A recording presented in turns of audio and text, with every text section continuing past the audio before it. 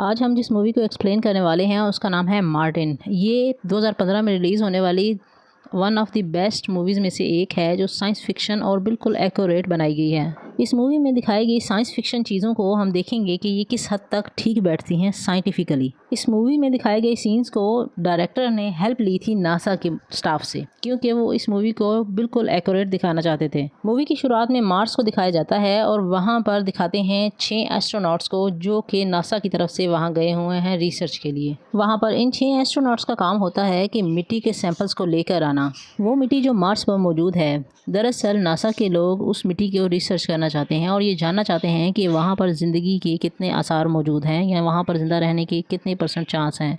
दरअसल साइंसदानों का ये ख्याल है कि मार्स का अगर अपना एटमॉस्फेयर रहा होगा तो वहाँ पर ज़िंदगी और पानी ज़रूर रहा होगा। और इसी बात पर रिसर्च करने के लिए नासा ने इन 6 लोगों को मार्स पर भेजा है, जहाँ पर वो वहाँ से मिट्टी लाएंगे और साइंसदान उस पर रिसर्च करेंगे। ये एस्ट्रोनॉट अपने मिशन को पूरा कर रहे होते हैं बहुत अच्छे तरीके से, और इन्हें अभी 7 मिट्टी के और सैंपल चाहिए होते हैं जो कि ये इकट्ठा कर रहे होते हैं। इन 6 एस्ट्रोनॉट्स के सूट में एक माइक्रोफोन चिप लगा होता है जिसके ज़रिए वो मार्स से ज़मीन पर मौजूद नासा के लोगों से कांटेक्ट कर पा रहे होते हैं और बातचीत कर रहे होते हैं। सब कुछ सही चल रहा होता है, लेकिन नासा के कंप्यूटर पर एक वार्निंग शो होने लग जाती है, जिससे इन्हें पता चलता है कि पास ही एक बहुत बड़ा तूफ़ान आने वाला है जो कि मार्स पर होगा। उनकी लीडर ये देखकर मिशन को फ़िलहाल रोकने का ऑर्डर दे देती है, लेकिन तब तक तूफ़ान आ चुका होता है और ये बढ़ रहा होता है। इस दौरान इनका एक साथी जिसका नाम मार्टिना होता है वो उस तूफ़ान की जद में आ जाता है। वो उसके साथ एक एंटीना टकराता है और वो दूर जा गिरता है। लिबी जो इन सब के कमांडर होते हैं वो उन चारों को उन्हें स्पेसशिप को लॉन्च करने का कहकर खुद वॉटनी को ढूंढने चले जाते हैं, लेकिन उन्हें वॉटनी नहीं मिलता और साथ ही साथ वॉटनी का माइक्रोफोन भी ख़राब हो जाता है जिससे ये आपस में बात कर रहे थे। यहाँ तक कि बाकी क्रूज मेंबर्स को लगता है कि वॉटनी मर चुका होगा। बहुत देर वॉटनी को ढूंढने के बाद भी जब वो नहीं मिलता तो वो स्पेस शटल में बैठकर टेक ऑफ कर जाते हैं। यहाँ पर टेक ऑफ करना इसलिए भी ज़रूरी था कि ये तूफ़ान इतना भयानक था कि इनके स्पेस शटल को भी खतरा था। उन 5 का मार्स से चले जाने के बाद मार्स को दिखाया जाता है जहाँ पर अब तूफ़ान रुक चुका है, और मार्टिन को भी दिखाया जाता है जिसे वो मरा हुआ छोड़कर चले जाते हैं। मार्टिन अभी जिंदा होता है और वो एंटीना जो उसे लगा था वो उसने उसके सूट को फाड़ दिया था और उसके चोट भी लगी थी उसकी वजह से। उसके सूट के अंदर ऑक्सीजन की मिकदार अब कम होती है। वो जल्दी से उठता है और उस स्पेस शटल के अंदर चला जाता है जो कि इस क्रूज़ की तरफ से बनाया गया था मार्स के ऊपर। बाद वो एंटीना का है जो कि उसके जिस्म के अंदर चला गया था, वो बड़ी मुश्किल से उसको निकालता है और जिसमें उसे बहुत ज़्यादा तकलीफ भी होती है। अंदर आने के बाद मार्टिन अपने जिस्म से उस एंटीना के टुकड़े को निकालता है जो कि उसके जिस्म के अंदर चला गया था। अब मार्टिन के पास ज़मीन पर रब्ता करने के लिए कोई भी डिवाइस मौजूद नहीं थी। मार्टिन नासा के लिए एक वीडियो बनाता है जिसमें वो कहता है कि जिस हब में वो अब है वो सिर्फ 31 दिनों के लिए रहने के लिए बनाया गया था। वो कहता है कि वो कभी भी मर सकता है, ऑक्सीजन की कमी की वजह से, पानी की कमी की वजह से, या फिर इस हब में एक्सपोर्ट हो जाए या फिर कोई ब्लास्ट हो तो उसमें मैं मर जाऊं, और अगर वो इसमें से कुछ भी ना हो तो वो भूख की वजह से मर जाएगा।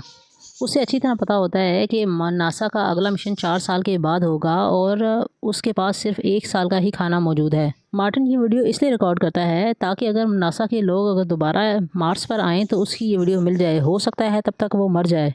दूसरी तरफ ज़मीन पर दिखाया जाता है जो कि नासा के हेड होते हैं, वो मीडिया को बताते हैं कि मार्स पर तूफ़ान की वजह से जो मिशन पर वो गए थे उसे वो मिशन रोकना पड़ा। साथ ही साथ वो ये बताते हैं कि तूफ़ान की वजह से एस्ट्रोनॉट्स को टेक ऑफ करना पड़ा और इस दौरान मार्टिन की मौत हो गई। ये सुनते ही पूरी दुनिया में उसके लिए अफसोस किया जाता है, क्योंकि मार्टिन दुनिया का सबसे बेहतरीन एस्ट्रोनॉट्स में उसका शुमार होता था। वहीं दूसरी तरफ मार्स पर दिखाते हैं जहां मार्टिन दूसरे एस्ट्रोनॉट्स के केबिन में से खाने को निकालता है और हिसाब लगाता है कि ये खाना 300 दिन तक चल सकता है, लेकिन अगर वो कम खाए तो यही खाना 400 दिन तक चल सकता है, लेकिन उसे यहाँ 3 साल गुजारने हैं, इसलिए उसे और खाने की ज़रूरत है। क्योंकि नासा का अगला मिशन 4 साल के बाद होगा, अब उसे ज़रूरत है कि वो और खाने का इंतज़ाम किस तरह करेगा। मार्टिन का शुमार हाईली इंटेलिजेंट लोगों में होता है। वो एस्ट्रोनॉट होने के साथ साथ एक बॉटनिस्ट भी होता है, ऐसा शख्स जो पौधों पर रिसर्च करता हो। खाना पकाने के बाद जब वो वैक्यूम फ्लश करता है तो उसके दिमाग में एक आइडिया हिट करता है। वो जाता है और आलू को निकालता है और ये सोचता है क्यों ना इसकी खेती की जाए। वो आलूओं को काट कर खेती करने की सोचता है और फिर इसके लिए एक क्लाइमेट भी तैयार करता है, यानी कि उसके लिए माहौल भी बनाता है वहीं पर। क्योंकि वो एक बॉटनिस्ट होता है तो वो ये बात अच्छे से जानता होता है कि पौधों को ज़िंदा रहने के लिए किस माहौल की ज़रूरत होती है। इसके लिए वो उस माहौल को तैयार करता है वो आलूओं को मार्स की ज़मीन में बो देता है और खाद के लिए वो अपने वेस्ट को इस्तेमाल करता है। लेकिन यहाँ पर सबसे ज़्यादा बड़ा मसला पानी का था। दूसरी तरफ ज़मीन पर दिखाते हैं मार्टिन का फ्यूनरल कर दिया जाता है। उसके फ्यूनरल में नासा के और उसके सारे कोलीग शामिल होते हैं जो कि उसके मर जाने पर बहुत ज़्यादा दुखी होते हैं। वहीं मार्स पर मार्टिन को 31 दिन हो चुके हैं और अब वो पानी को बनाने का प्रोसेस शुरू करता है। उसके पास नाइट्रोजन पड़ा होता है जो कि स्पेसशिप में ईंधन के तौर पर काम आता है। वो उसको पानी बनाने में इस्तेमाल करता है। उसे वो ख़ास प्रोसेस से गुजार कर हाइड्रोजन और नाइट्रोजन को अलग करता है और फिर हाइड्रोजन और ऑक्सीजन को मिलाकर एक जगह पर जलाता है। पहली दफ़ा ऐसा करने पर ब्लास्ट हो जाता है, लेकिन अगली बार जब वो ट्राई करता है तो वो हेलमेट पहन लेता है। पहली दफ़ा ब्लास्ट होने की वजह ये होती है क्योंकि उसने अपनी ऑक्सीजन हेलमेट नहीं पहना होता और वो ऑक्सीजन भी उसमें शामिल हो जाती है। दोबारा जब वो ये काम करता है तो हेलमेट पहन के करता है और इस बार वो कामयाब हो जाता है। दूसरी तरफ ज़मीन पर दिखाते हैं विंसन को जो कि नासा के हेड ऑफिस आता है और नासा के डायरेक्टर से सैटेलाइट को एरिस 3 मिशन सेट एरिया की तरफ मोड़ने को कहते हैं। लेकिन डायरेक्टर टेडी सेंडर उसे ये करने से मना कर देते हैं। वो ऐसा इसलिए नहीं करना चाहते क्योंकि ऐसा करने से मार्टिन की लाश पूरी दुनिया को दिखाई देगी और उसकी सारी इमेज ख़राब हो जाएगी और उन्हें आने वाले मिशन के लिए फ़ंड हासिल करने में मसला हो सकता है। और विंसन हार नहीं मानता और एरिस 3 मिशन साइट की तरफ सैटेलाइट को मोड़ने के लिए कोशिश करता है। वो एरिस 3 मिशन साइट के कोऑर्डिनेट्स मिंडी पार्क को भेजता है जो कि सैटेलाइट एक्सपर्ट होती है। जब वो कोऑर्डिनेट्स उस सैटेलाइट में डालती है तो देखती है उसे शॉक लगता है क्योंकि मिशन साइट के जितने भी इक्विपमेंट होते हैं वो एक जगह से दूसरी जगह शिफ्ट हो चुके होते हैं। जब वो ये बात नासा के डायरेक्टर को बताती है तो वो ये बात कहकर डाल देते हैं कि हो सकता है कि तूफान की वजह से ये इक्विपमेंट एक जगह से दूसरी जगह चले गए हों। वो इसके साथ बताती है कि सोलर पैनल को भी साफ़ किया गया है, जिससे डायरेक्टर को पता चल जाता है कि मार्टिन अभी ज़िंदा है। मार्टिन के ज़िंदा होने की खबर डायरेक्टर को उलझन में डाल देती है क्योंकि वो पूरी दुनिया में ऐलान कर चुके थे कि मार्टिन मर चुका है और उसका फ्यूनरल भी कर दिया गया है। तो वो किस मुंह से ये कहेंगे कि मार्टिन अभी ज़िंदा है। मिस्टर टेडिसन कहते हैं कि मार्क के ज़िंदा होने की खबर उसके क्रूज़ को नहीं मिलनी चाहिए क्योंकि वो परेशान हो जाएंगे और हो सकता है कि कोई गलत कदम उठा लें। वो क्रू मेंबर्स को तभी बताएंगे जब मार्टिन वापस आ जाएगा। बाद में नासा के एडमिनिस्ट्रेटर मीडिया को ये बात बता देते हैं कि मार्टिन अभी ज़िंदा है और उससे रब्ता करने की कोशिश की जा रही है। वहीं दूसरी तरफ मार्स की ज़मीन पर दिखाया जाता है जहाँ पर मार्टिन को 54 डेज़ हो चुके हैं। इसी दौरान उसे एक गुड न्यूज़ मिलती है कि जो आलू उसने बोए थे उसमें से एक आलू का पौधा उग चुका है। फिर मार्टिन हिसाब लगाता है कि नासा का अगला मिशन उससे तकरीबन 3200 किलोमीटर की दूरी पर उतरेगा और उससे पहले उसे वहां पहुंचना होगा। मार्टिन हिसाब लगाता है कि उसके पास 2 रोवर हैं। दोनों रोवर 35 किलोमीटर की दूरी को तय कर सकते हैं। उसके बाद उसे चार्ज करने के लिए वापस हब में आना होगा और यही सबसे बड़ा मसला होता है। अगले दिन वो मिशन 4 की तरफ जाने की कोशिश करता है और सूरज ढलने से पहले उसे वापस आना होगा क्योंकि सूरज ढलते ही मार्स की ज़मीन का टेम्परेचर -16 डिग्री तक चला जाता है। इसी तरह वो कई दिन एरिस 4 के सही रास्ते का मुआयना करता रहता है और फिर वापस आ जाता है। मार्स की ज़मीन पर मार्टिन ठंड से बचने के लिए एक तरीका ढूंढ लेता है। दरअसल नासा ने पिछले मिशन के दौरान एक प्लूटोनियम मार्स की ज़मीन में गाड़ा हुआ था। मार्टिन उस बॉक्स को बाहर निकालता है जो कि radio isotope thermal electric generator होता है, जिसके डीकिंग प्रोसेस में उसे हीट मिलती है। वो उसे अपने रोवर में रखता है ताकि उसे ठंड से बचने के लिए अपना हीटर ऑन ना करना पड़े, क्योंकि ऐसा करने से उसके रोवर का चार्ज जल्दी ख़त्म हो जाता है। वो इस तरह कई दिनों तक ट्राई करता है। अब तक उसे 79 डेज़ हो चुके हैं और उसके बोए हुए आलू भी बड़े हो चुके हैं। वो उन अपने बोए हुए आलूओं को निकालता है और बड़े आलूओं को खाने के लिए इस्तेमाल करता है, जबकि छोटे आलूओं को दोबारा बो देता है। दूसरी तरफ नासा की टीम मार्टिन तक खाना पहुंचाने के लिए कोशिश कर रही होती है, लेकिन इस कोशिश में उन्हें पूरा 1 साल लग जाने वाला था क्योंकि ज़मीन से मार्स की दूरी बहुत ज़्यादा होती है। दूसरी तरफ मार्टिन ये जानने की कोशिश कर रहा होता है और नासा से रब्ता करने की कोशिश कर रहा होता है ताकि वो उनसे उनके अगले मिशन के बारे में मालूमात ले सके, लेकिन उसके पास रब्ता करने के लिए कोई भी सोर्स मौजूद नहीं होता। फिर उसे ख्याल आता है 1996 में नासा ने पाथफाइंडर को मार्स की ज़मीन पर भेजा था, लेकिन बैटरी की कमी की वजह से वो इनएक्टिव हो जाता है। मार्टिन उस पाथफाइंडर को ढूंढता है जो कि मिट्टी में दब चुका था।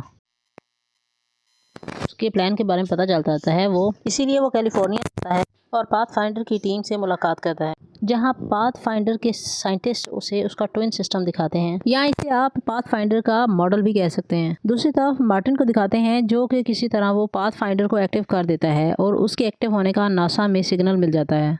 उसके बाद मार्टिन 3 बोर्ड लेता है। एक बोर्ड पर लिखता है कैन यू सी मी, और फिर एक बोर्ड पर लिखता है येस, और फिर दूसरे बोर्ड पर लिखता है नो।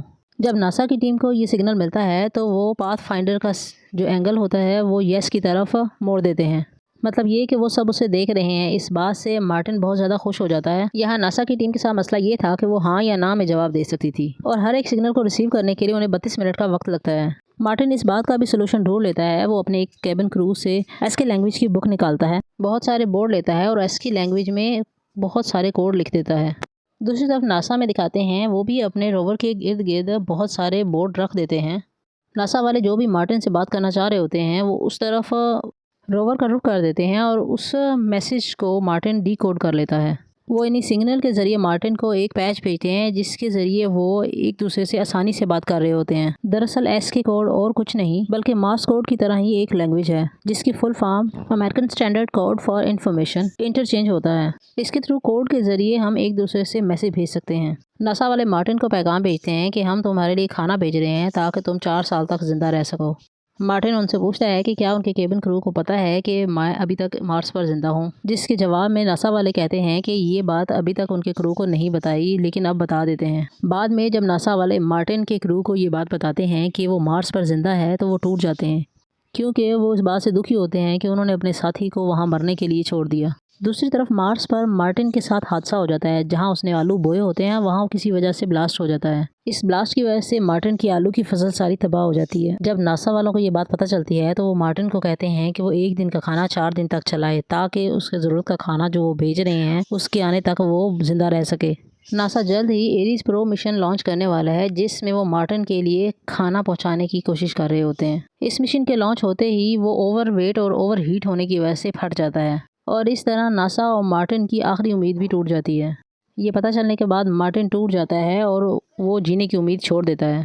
कई कोशिशें करने के बाद भी उसके हाथ सिर्फ नाकामी ही लग रही थी। साथ ही आज मार्टिन को 186 दिन हो चुके हैं मार्स पर। मार्टिन नासा के लोगों से बात करता है और कहता है कि मैंने हर तरह की कोशिश की है लेकिन मैं नाउम्मीद नहीं हो रहा हूँ, पर हमें हर तरह के अंजाम के लिए तैयार रहना चाहिए। मार्टिन उनसे ये भी कहता है कि उसकी माँ का ख्याल रखें और अगर वो मर भी गया तो वो एक नेक काम के लिए मरा है, और ये भी कहा जाए कि मैं अपने काम से बहुत ज़्यादा प्यार करता हूँ। पूरी दुनिया में ये बात फैल जाती है कि नासा का एरीज मिशन फेल हो गया है। दुनिया को ये भी लगने लगता है कि अब मार्टिन कभी वापस नहीं आएगा। वहीं इस खबर को चाइना का स्पेस ऑर्गेनाइजेशन के लोग देख लेते हैं। वो ये फैसला करते हैं कि तायिंग सिंह जो उनका एक मिशन है वो नासा को दे देंगे ताकि वो मार्टिन तक खाना पहुंचा सके।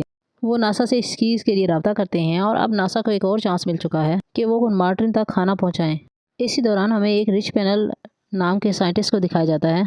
ये एक फिजिसिस्ट और रॉकेट साइंटिस्ट होता है।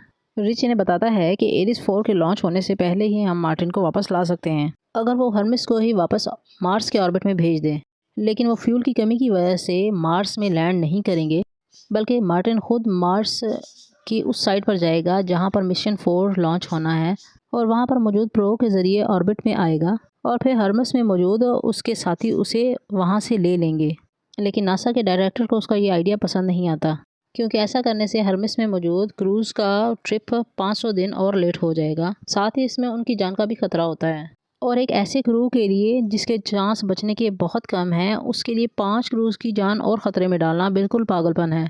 और इसीलिए टेडी सैंडर ये करने से मना कर देता है। लेकिन रिच जो है वो किसी तरह हर्मिस के क्रूज़ तक ये पैगाम पहुंचा देता है, जिसके बाद वो पांचों एस्ट्रोनॉट्स इस बात का फैसला करते हैं कि वो मार्टिन को बचाने के लिए मार्स के ऑर्बिट में ज़रूर जाएंगे। वहीं चाइना की मदद से नासा सक्सेसफुली बूस्टर को लॉन्च कर देता है, जिसके बाद वो बूस्टर हर्मिस के क्रूज़ तक वो खाना पहुँचाता है, जिसके बाद ये ग्रेविटी पुल के ज़रिए मार्स की तरफ निकल जाते हैं। अब कुछ वक्त के बाद दिखाते हैं कि मार्टिन को 119 दिन हो गए हैं और वो एक दिन का खाना 3 दिन तक चलाता है। खाने की कमी की वजह से मार्टिन बहुत ज़्यादा कमज़ोर हो चुका होता है। हर्मिस के क्रू मेंबर्स मार्टिन को कहते हैं कि वो मिशन 4 साइट पर जाए, मैप तक पहुँचे और अपने मार्टिन मैप साइट पर आएगा और उसके बाद उसके वो ऑर्बिट तक पहुँचेगा। उसके बाद मार्टिन अपने रोवर में उस साइट की तरफ जाता है। वो सुबह के वक्त अपने रोवर में निकलता है और दिन में उसकी बैटरी को चार्ज करता है और इस तरह से वो कई दिन इसी तरह चलता रहता है। मार्टिन को मार्स पर 516 दिन हो गए हैं और वहाँ पर एक प्रॉब्लम ये होती है कि मार्स को ऑर्बिट तक आने के लिए उसको अपना वज़न कम करना पड़ेगा। नासा का प्लान होता है कि वो मैप के एयरलॉक, विंडोज़, कम्युनिकेशन सिस्टम और कंट्रोल सिस्टम का वज़न हटाकर 5000 किलो तक का वज़न होना चाहिए, तभी मैप मार्स की ग्रेविटी से निकलकर उसके ऑर्बिट तक पहुँचेगा। यहाँ तक कि मैप के कंट्रोल सिस्टम को भी हटाकर हर्मिस से मार्टिन एज उसे कंट्रोल करेगा, जिसके बाद नासा के कहने पर मार्टिन उसका सारा वज़न कम करने लगता है। वहीं मार्टिन नासा के कहने पर सारे वजन को कम करने लगता है और बूस्टर को ऑन करके मार्स की ज़मीन से निकल जाता है। दूसरी तरफ हर्मस के उसके साथी उस ऑर्बिट के अंदर आ चुके होते हैं और वॉटनी को रिट्रीव करने के लिए एक रस्सी के सहारे उनकी कमांडर लुइस बाहर जाती है। वहीं दूरी ज़्यादा होने की वजह से मार्टिन अपने स्पेस सूट में होल करता है ताकि वो अपने आप को डायरेक्शन दे पाए और उस तक पहुंच सके। काफ़ी मशक्क़त करने के बाद लुइस मार्टिन को पकड़ लेती है और अपने स्पेसशिप में वापस ले आती है। वहीं पूरी दुनिया में ये सब लाइव टेलीकास्ट चल रहा होता है। जब पूरी दुनिया को ये पता चलता है कि मार्टिन को रिट्रीव कर लिया गया है तो एक खुशी की लहर दौड़ जाती है। फिर दिखाते हैं कुछ अरसे के बाद कि मार्टिन ने ज़मीन पर लैंड कर लिया है अपने क्रूज़ के साथ। उसके खैरियत से वापस आने पर एक जश्न भी मनाया जाता है। वाक़े के कुछ अरसे के बाद दिखाया जाता है कि मार्टिन अपने एस्ट्रोनॉट्स को जो नए आने वाले होते हैं और बाकी सबको कि मार्स पर किस तरह से ज़िंदगी गुजारें या किस तरह से सर्वाइव किया जा सकता है ये बता रहा होता है। अब बात करते हैं वहाँ पर आने वाले तूफ़ान के बारे में। ज़मीन पर जो तूफ़ान आता है वो 16 किलोमीटर पर आवर की रफ्तार से होता है, जबकि मार्स पर आने वाला तूफ़ान जो इस मूवी में दिखाया गया था वो 160 किलोमीटर पर आवर की रफ्तार से हुआ था, जो कि चंद किलोग्राम वज़न को ही उठा सकता था। यहाँ पर इस बात को कहना गलत होगा कि ये इतने बड़े स्पेसशिप को हिला सकता था, लेकिन इसका मतलब हरगिज़ ये नहीं है कि पूरी थ्योरी ही गलत है। लेकिन इसका मतलब हरगिज़ ये नहीं है कि मूवी में दिखाने वाली बाकी थ्योरीज गलत हैं। वो सब ठीक हैं काफ़ी हद तक। इस मूवी में दिखाए गए विजुअल्स और इक्विपमेंट काफ़ी हद तक लाजवाब थे और इसमें मार्टिन की एक्टिंग ने जान डाल दी थी। मैं आपको ये मूवी 100% रिकमेंड करूँगी।